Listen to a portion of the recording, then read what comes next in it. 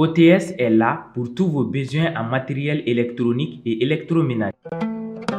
Sistra Technologies est une société de prestation de services et de commerce, évoluant dans le domaine des nouvelles technologies de l'information et de la communication, la fourniture de matériels biomédicaux, la bioinformatique. Pour tous vos besoins en librairie, papeterie, matériel informatique, appareils électroniques et divers, rendez-vous chez AKD Informatique. CJT vous est présenté par ESG, École supérieure de gestion. ESG, École supérieure de gestion, spécialisée dans la formation des métiers de la comptabilité et de la gestion d'entreprise. Balma Actuel Media Playboy, bisimila angan ndokun kibara keneka ni bakurba wi.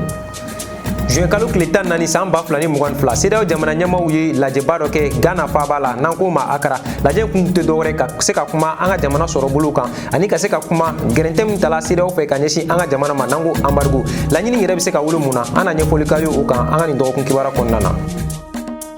Kolikise femba wa nafaka bokosebe anga jamana kono abeke fenchamai inafo masirima fona ana nyefoli kayo kolikise kan anga ni ndokun kibara konnana Ambalma Actuel Media Flebao bisimila kokora angani dokun kebara sanfɛ ina fɔ angu ya fɔ ye bakurubaw la togamna nya kalo damado ye CEDEAO kelenu ka gerente ta ka nyisi anga jamana ma nanko ma embargo o kunte dɔwɛrɛ walasa kalafili jɛlen ka se ka kɛ anga ɲɛmaw fɛ o hukumu kɔnɔna na CEDEAO jamana ɲɛmaw olu ye lajɛba dɔ kɛ juin kalo tile 4 san 2022 o lajɛ kun tɛ dɔwɛrɛ ka se ka kuma Mali koɲɛw kan gɛlɛya min bɛ Mali kan yala lajɛ in kɔfɛ an bɛ se k'an sigi ni mun ye mun de bɛna wolo ni lajɛ in kɔfɛ Aminata Igre Kulibali ale bɛ ɲɛfɔli k'an ye. A bɛ kalo damadamani bɔ CEDEAO mɔgɔw ka ɲangini wale bina an ka jamana kan. O kɛlen bɛ sababu ye bi k'an ka jamana sɔrɔ ko ɲagami. An ka sugu kɔnɔ minɛnw ani an ka magoɲɛfɛn caman sɔngɔw gɛlɛyalen don. Monsieur Faraba Sangare ka fɔ la gɛlɛya min b'an ka jamana kan o tɛ se ka ɲɛnabɔ ni sigikafɔ ɲuman tɛ. Bi Mali tagabolo sɔrɔ kunda a cogoyaw ka gɛlɛn kosɛbɛ. Ne ye Mali taabolo lajɛ bi k'a daminɛ Mali yɛrɛ gɛlɛya dɛmɛnɛ la kana bila bi la i b'a ye gɛlɛya tɔ bɛ ka juguya ka taga de bon an ka ɲɛmɔgɔw b'u seko dama yira la mais toujours fura tɛ ka sɔrɔ a la bon ne yɛrɛ kɔni bolo fiɲɛbɔda yɛrɛ fɔlɔ ye min ye an bɛ se ka min fɔlɔ o ye an yɛrɛ fɛla yan fɔlɔ parce que n'i ko mɔgɔ ma k'a ye dɛmɛ ka wara faga k'a sɔrɔ a kunkolo bɛ yɛrɛ bolo fɔlɔ il faut k'an yɛrɛ dama fɔlɔ an ka bɛn fɔlɔ an ka bɛn kɔfɛ an ka sɔrɔ ka kɛ kulu kelen ye jamakulu kelen ye pour que an ka se kɛnɛmamɔgɔw la parce que an tɛ se kɛnɛmamɔgɔw la ka sɔrɔ an yɛrɛ bɛnnen tɛ ala yan fɔlɔ kɛnɛmamɔgɔw b'an kan an yɛrɛ fana b'an yɛrɛ kan ni ko an b'an yɛrɛ kan ni an ka politikimɔgɔ ta k'u jateminɛ politikimɔgɔ bɛɛ tɛ an ka jamana ɲɛmɔgɔ ninnu kɔ minnu bɛ fanga kunna bi transition in kunna bi cɛmancɛ fanga in kunna bi disons n'o ye transition donc a ka gɛlɛn kosɛbɛ alors que transition tɛ cɛmancɛ fanga tɛ cɛ farafaralen wagati o tɛ majorité ko ye o tɛ opposition ko ye fanga sinamatɔnko t'a la fanga bɛ n bolo t'a la. Adama Kulubali ka fɔ la ale y'a yira k'a fɔ ko jamanaden bɛɛ kan ka to an ka ɲɛmaw kɔ. An sɔrɔ an ka jamana kɔnɔ n'u tununnen don an kɔni bɛ ala deli halisa ala ka sanction ye wuli nɔgɔya fɛn fɛn bɛ diɲɛ mun b'a to Mali bɛ se ka lafiya da sɔrɔ an ka laɲini o ye wa an bɛ dugawu k'o kɔnɔna la k'a fɔ ko a bɛ se ka kɛ kɛlɛ ye ko mɔgɔ bɛ se ka wuli ka mankan ci o la ne hakili ba to o yɔrɔ la o ko la fɔlɔ parce que n b'a dɔn maliyɛnw yɛrɛ bɛɛ ye b'a dɔn k'a fɔ ko diɲɛ ka gɛlɛn nin wagati la o diɲɛ gɛlɛyali la olu yɛrɛ hakilina fana kan ka kɛ k'a fɔ ko an bɛ se ka Mali autorité la transition ani président la transition k'u dɛmɛ pour que an bɛ se ka ni gɛlɛya minnu bɛ yen k'o gɛlɛya kɛlɛ ɲɔgɔn fɛ pour que Mali ka kɛ a ka Mali ka kɛ Mali yɛrɛ yɛrɛ. Hali n'a sɔrɔla an ka jamana bɛ lahala min na lahala ɲuman tɛ bi mɔgɔ caman y'a yira n na k'a fɔ k'an ka jamana bɛ se k'a yɛrɛ sɔrɔ. K'u ka gɛlɛn dɔɔni wa a man gɛlɛn parce que an bɛ situation min na programme wɛrɛ de nalen don ka s'an ma an bɛ ka essayer k'an adapter o la de donc pour o ka bila en place c'est sûr et certain que dɔɔni bɛ a jɛ mais ni wagati in na bi an bɛ yɔrɔ min na an tɛ se k'a fɔ ko Mali bɛ dingɛ kɔnɔ parce que an bɛ ka baara kɛ pour que a ka to sanfɛ parce que u kan ka faamuya k'a fɔ wagati min na da frontière kun dayɛlɛlen don ani frontière datugulen o fila vie tɛ se ka kɛ kelen fiyewu temps d'adaptation de bɛ yen nɔ fɔlɔ fɛn dɔw tun b'an bolo olu tun bɔra extérieur la ka na olu tun bɛ yen nɔ mais bi olu manque bɛ ka kɛ mais gouvernement bɛ ka se ka fɛn dɔw bila sen kan pour que an ka se ka mun b'an bolo an ka se ka baara kɛ ni o ye déjà sɛnɛ y'an ka secteur primaire dɔ ye donc sɛnɛ nafa ka bon kosɛbɛ Mali la tant que ni maliyɛnw bɛ ka se k'a faamuya k'a fɔ k'u kan ɲɛsin fɛn dɔ de ma ka sɔrɔda ɲini u la alhamdulilayi a bɛ se ka taga ɲɛfɛ. An bɛɛ ɲɛ bɛ ɲangini wale ninnu kɔlɔlɔ la. Mɔgɔ caman y'a yira n'a k'a fɔ ko CEDEAO ka lajɛba min kɛla juin kalo tile 4 don k'o bɛna kɛ sababu ye Mali ka se k'a yɛrɛ sɔrɔ ka bɔ ni gɛlɛya ninnu kɔnɔ. Ani fana an ka jamana ɲɛmɔgɔw bolo ka se ka miiriya ɲumanw ta. Ne bolo an bɛ se ka bɛnkan sɔrɔ a la pour que ka ɲangili wale in ta ka bɔ anw kan. Munna b'o fɔ ni y'an ka jamana taabolo lajɛ bi kow bɛ ka gɛlɛya ka taga fɛ de foyi tɛ ka bɔ a la i n'a fɔ an ka sɔrɔ kunda an yɛrɛ ka adamadenya yɛrɛ sigilen bɛ ko minnu kan donc n'i y'a jateminɛ bi o gɛlɛyaba bɛ anw kan kosɛbɛ et puis fana an ka politikimɔgɔw fana ka gɛlɛya b'an kan gɛlɛya caman b'an kan kosɛbɛ donc baarada caman bɛ ka jɔ CEDEAO yɛrɛ fana tuguni ale obligé len do k'o kɛ parce que dɔw wɛrɛ tɛ CEDEAO fana ka image fana b'a la parce que ni CEDEAO ye Mali to ni situation na an ka continuer tan Mali k'i tɔrɔkɔ ka bɔ nin na donc ni Mali sera ka bɔ n'a yɛrɛ ye ka sɔrɔ CEDEAO ma ni ɲangini wale in wuli ka bɔ anw kan o fana ma ɲi CEDEAO fana ka image ma je crois que mɔgɔ hakilimaw de b'u ɲɛfɛ u b'a dɔn k'a fɔ a ko minɛcogo ɲuman ye yɔrɔ min. Abdoulaye Maïga ale wulila ka se maaw ma maa minnu bɛ fini ta ka t'u k'u bada la ni maa ninnu caman ye filalakaw ye dɔw fana ye kɔrɔbɔrɔ ye u la nin baara in bɛ kɛ sababu ye ka nafa lase u ma an ka jɛn an ka sɔrɔlenw lajɛ.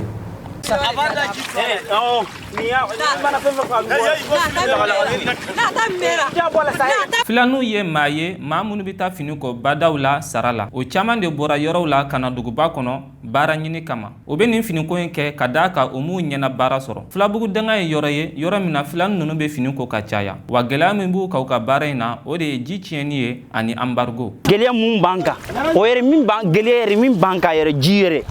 yɔrɔ cogo la ji man ɲi a bɛ nɔgɔlen don ji sugu bɛɛ b'a kɔnɔ i y'a faamu ji sugu bɛɛ bi dɔ kɔnɔ ji ɲuman bi dɔ kɔnɔ ji juguman bi dɔ kɔnɔ bara nafura b'a la i y'a faamu nafura b'a la ji nɔgɔ dɔ la ji nɔgɔ dɔ la ji ɲuman dɔ la a bana tɛ s'i ma n'u sera k'an dɛmɛ ni wari ye n'u sera k'an dɛmɛ ni min bi ji ɲɛ o bɛ kaɲa ma. bon goyri kargo no alhamdulillah ati jirgu jiro gare koyaka meni baara in na ni y'a san 5 ye ala barika la ma nimisa sɔrɔ a kɔnɔ nin yɔrɔ in lakɔlɔsilen don Albert Touré fɛ an ma deli ka gɛlɛya sɔrɔ an ni mɔgɔ si cɛ hali faamaw gɛlɛya min b'an kan nin wagati in o ye ji in tiɲɛni ko ye sabula u bɛ ɲamaw fili a kɔnɔ ani an ka baarakɛminɛnw da gɛlɛyalen don ka sababu kɛ embargo ko ye omo je hinje waranka ha omo je hinje waranka sadi mo honner soydira allah ra weddu safun mera go al wiya nyimedi wo siter kargurar an mago bɛ minɛnw na nin wagati in na ani ji sanuyalen tɛ o bɛ k'an tɔɔrɔ n'an ye mɔgɔ sɔrɔ min bɛ se k'an dɛmɛ an bɛ se ka baara kɛ ka sɔrɔ an ma gɛlɛya sɔrɔ a la. car as torra yer ga kurut depuis 2004 ne bɛ nin baara la an bɛ mun baara la cɛ tiɲɛ yɛrɛ la an sɛgɛnna yɛrɛ de ko n'a baara ɲuman sɔrɔ cɛ a ka fisa quoi an ye fini kɔ la an ka bɔlɔ yɛrɛ karilen dɔ yɛrɛ a filɛ yan yaya wallahi ni segate ante ni barake yere cinya yere de kausa kuma mun be na bolo ce ne fantande ce cinya la ne be yoro minasa ne bar nyuma soro ce kausa ni sande wallahi filabugu dangantigi y'a yira k'a fɔ gɛlɛya foyi t'a ni filanu ninnu ɲɔgɔn cɛ nka sariya de b'a ka yɔrɔ la o kelen kelen bɛɛ kan ka min labato filanu bɛ bɔ so kana u bɛ bɔ u ka musow n'u denw to so kana u bɛna baara kɛ yan u bɛna baara kɛ fana jɔnko ala u bɛna n tɔgɔ la n'u nana n tɔgɔ la ne fana b'u bonya n b'u bisimila u bɛ n bonya hɛrɛ tana ni hɛrɛ tana u b'a bɛɛ kɛ ne ye k'a fɔ ko bɛ ne sara o tɛ dɛ ka bonya min bɛ ne n'u cɛ o wa sara gɛlɛya mana na cogo o cogo kɛlɛ tɛ yan bɛn de bɛ yan n'u kɛlɛ nana yan maa maa ye mankan kɛ yan n'i ye mankan kɛ i bɛ 2000 sara n'i ma 2000 sara i bɛ yan anw nana nafolo ɲini an ma na kɛlɛ kama anw nana an ka kɛ fa kelen ba kelen anw nana an bɛɛ ka to kuru kelen ni min ma sɔn o ma n'i ye kɛlɛ kɛ i bɛ 2000 sara n'i ma sɔn ka 2000 sara sini n'i ye kɛlɛ kɛ tuguni i bɛ 2000 sara n'i ma jɛn ni o ye i bɛ yan bila. Aba Tangara ka fɔ la u ni cɛncɛnbɔla minnu bɛ baara kɛ yɔrɔ kelen na u ka gɛlɛya ma deli ka s'u ma. U ka gɛlɛya foyi tɛ s'a ma an bɛ baara kelen ye u bɛ dɔ ɲini fana bɛ dɔ ɲini k'an balo ɲini an bɛɛ ka ŋɛɲɛ bɛ ko ɲɔgɔn na ninnu nana kɔsa in na de an dun nana u ɲɛ an de ye yɔrɔ in fura woro ɲɛ mais sisan an dɔw do an bɛɛ kɛra baara kɛ da kelen i y'a faamu parce que an bɛ baara kɛ yan depuis Musa tile a san 10 kɔnɔna na an ye baara daminɛ ba in na yan sisan u ka naani yan sisan a tɛ tɛmɛ san 5 kan parce que an de fɔlɔliw ɲɛ yan. An bɛ don min na i ko bi filani ninnu kɔni jijalen don u ka baara la hali n'a y'a sɔrɔ u mago bɛ dɛmɛ na u fɛrɛlen don u ka baara ma ka d'a kan u ni faamaw tɛ se ɲɔgɔn ma. A bɛ waati bɔ dumunifɛnw sɔngɔ yɛlɛlen don kosɛbɛ an ka jamana kɔnɔ kɛrɛnkɛrɛnnenya la ni dɔgɔkun laban in na jɛgɛ sɔngɔ yɛlɛla kosɛbɛ an ka jamana kɔnɔ mun de nana ni nin gɛlɛya in ye Fatumata Darambe ale ye ɲininikɛw kan an ka jɛn an ka sɔrɔlenw lajɛ. Ni ko bɛ ka malidenw kamana gan bi o ye suguko gɛlɛya ye a bɛ kalo naani bɔ bi dumunifɛn bɛ gɛlɛyalen don an ka sugu kɔnɔna na ka daminɛ sogo la nanfɛnw fo ka taa bila tulu la sisan gɛlɛya sera jɛgɛtigiw ma ka d'a kan douane mɔgɔw ye caman fara pour que u k'a dɔn k'a fɔ an bɛ wagati min na bi wagati ka gɛlɛn kojugu donc wagati gɛlɛya yɛrɛ kosɔn c'est faut pas que an ka ɲini ka gɛlɛya dɔ fara gɛlɛya dɔ kan donc ni fɛn ma ɲini ka bɔ dédouanement na an filɛ wagati min na fɛn ma ɲini ka fara kan dans la mesure où bɛɛ b'a dɔn jamana bɛ lahalaya min na an tɛ se ka fɔ n ka bɔra embargo la parce que an y'a jateminɛ k'a fɔ ko kabini bi tɛ Mali dédouanement an ka dédouanement ka gɛlɛn ni an dafɛ jamana caman ta ye an ka ɲɛɲini ni an ka sɛgɛsɛgɛliw an ka transitaires yɛrɛ fɛ olu y'a yira an na k'a fɔ ko tiɲɛni yɛrɛ k'a fɔ jɛgɛ bɛ don Burkina prix min na a n'a bɛ don Côte d'Ivoire ni La Guinée o prix min na o n'an ta cɛ ka jan kojugu an t'a dɔn kun min na différence bɛ an n'u ni ɲɔgɔn cɛ an kɔni b'a dɔn dɔrɔn an ta ka ca n'u ta ye bon au texte peut-être au bɛ dépend UEMOA de la ou bien au bɛ dépend CEDEAO ka texte de la an tɛ fɛn dɔw la mais an kɔni b'a dɔn dɔrɔn différence bɛ an n'u ni ɲɔgɔn cɛ donc n'a fɔra ko dɔw yɛrɛ fara an ta kan tuguni a différence tɔ bɛ bonya de fɛn tɛ bɔ a la. Gɛlɛya ta o ta dɔw b'u dahirimɛ sɔrɔ. Bon ne ye nin baara daminɛ 1981 n denw a n'a mɔdenw a bɛɛ bi yan awɔ alihamdulilayi a ye nafa s'an ma parce que an ye depuis ne nana 1981 Bamakɔ yan fɔ sisan ne ma baara fila kɛ ne bɛ nin de la alihamdulilayi an bɛ fɛn caman. Salimata Kulibali y'a da don fɔlɔ jɛgɛ feere ni sisan t'a la ka d'a kan a bɛ san caman bɔ a bɛ nin baara kelen in na.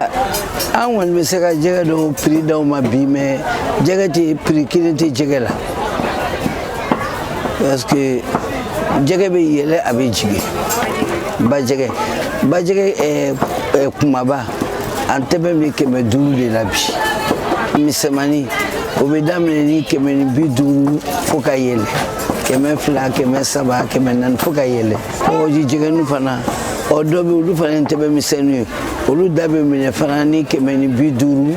200 fo 260 300 o bɛɛ fana bɛ kɔgɔji fana sisan jɛgɛ feere ni kɔrɔlen fana tɛ kelen parce que an ye nafa min sɔrɔ fɔlɔ jɛgɛ la an tɛ k'o nafa sɔrɔ bi t'a la parce que bi jɛgɛw ka gɛlɛn fɛn bɛɛ gɛlɛyalen don fɔlɔ dun jɛgɛ tun man gɛlɛn i y'a ye mais bi min na jɛgɛ ka gɛlɛn kojugu hali wagati min na an bɛ taa Senegal ka taa Kolomani ni fɛn ninnu ta an tun tɛ taa ni wari bɛrɛ an tun bɛ taa ni 240 100 ninnu bɔ an tun bɛ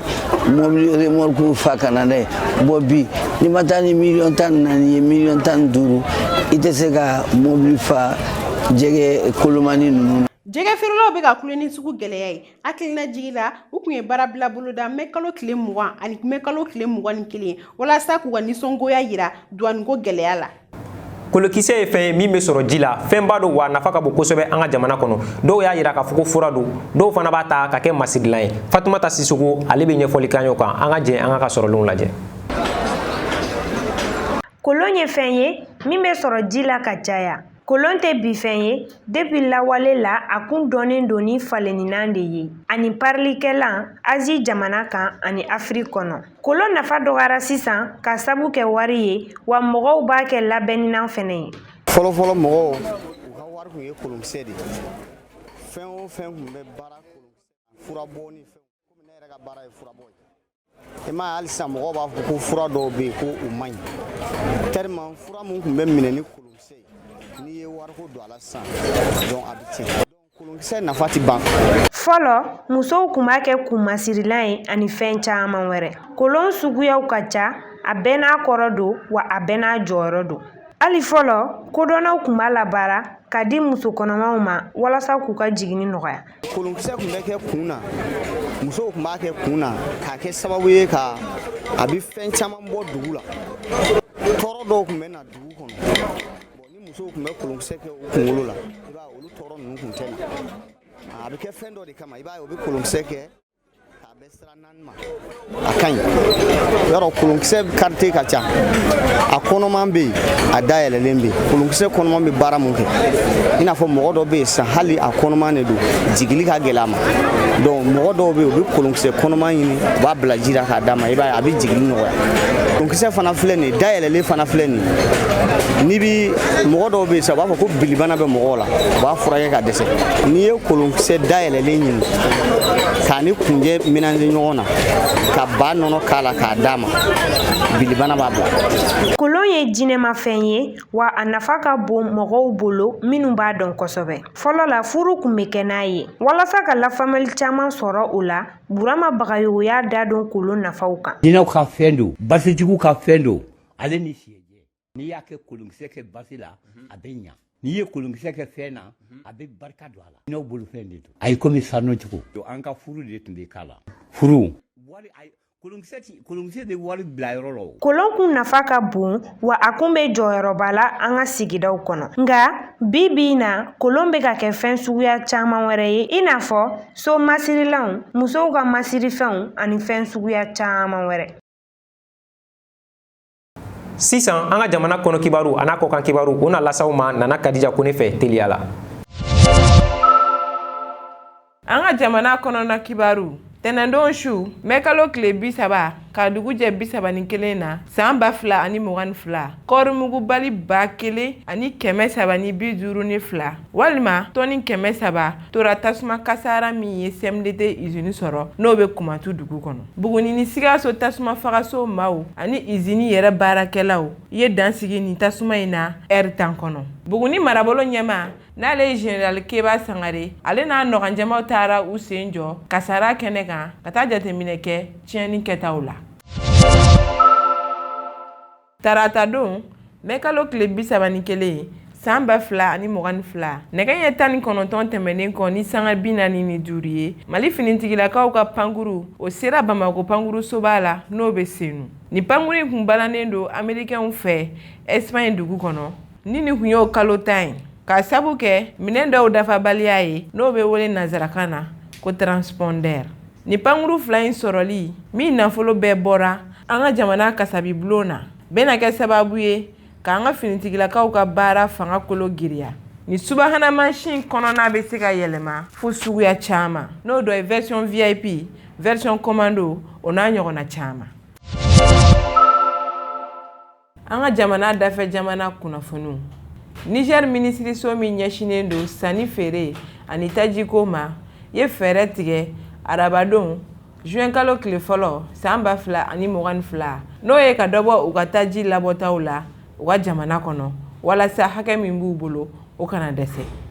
Taji labɔlibaliya ka taa u ka jamana kɔ kan o sɔrɔla kɛlɛ min bɛ Ukrainikaw fɛ yen n'o kɛra sababu ye ka taji sɔngɔ gɛlɛya dugu caman na. U ka kuma kɔnɔ u y'a yira k'a fɔ ko $80 hakɛ de yɛlɛnna taji sɔngɔ kan janvier kalo tɛmɛnen nga sisan a bɔra o la ka na kɛ $123 ye.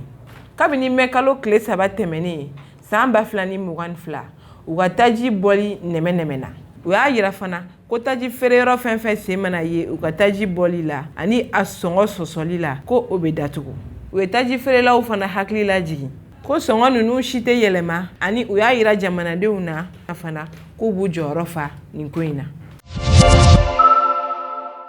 An ka jamana kɔkan kibaru ala musadon juin kalo tile fila san ba fila ani mugan fila chinois ka fangatigi ɲɛmɔgɔw y'a yira k'a fɔ k'u ka jamana tɛ sɔn sanni feere kuma min bɛ États-Unis ni Taïwan ni ɲɔgɔn cɛ ni murutili sabu bɔra min na o de Chine bɛ ka Taïwan ji camancɛ dugu jate i n'a fɔ u ta Chine jamana ɲɛmaaw y'a yira k'u tɛ sɔn bɛnkan si ka tɛmɛ Taïwan dugu ani dugu wɛrɛ cɛ hali n'o y'a sɔrɔ sanni feereli sira de don sabula Taïwan ka o yɔrɔ ka gɛlɛ u ma kosɛbɛ. An balima Actuel Media filɛbagaw ni de bɛ dansigi an ka nin dɔgɔkun kibaruya la aw ni ce aw ka lajɛli la an b'a fɔ aw ye aw k'an bɛn diɲɛ waati wɛrɛ.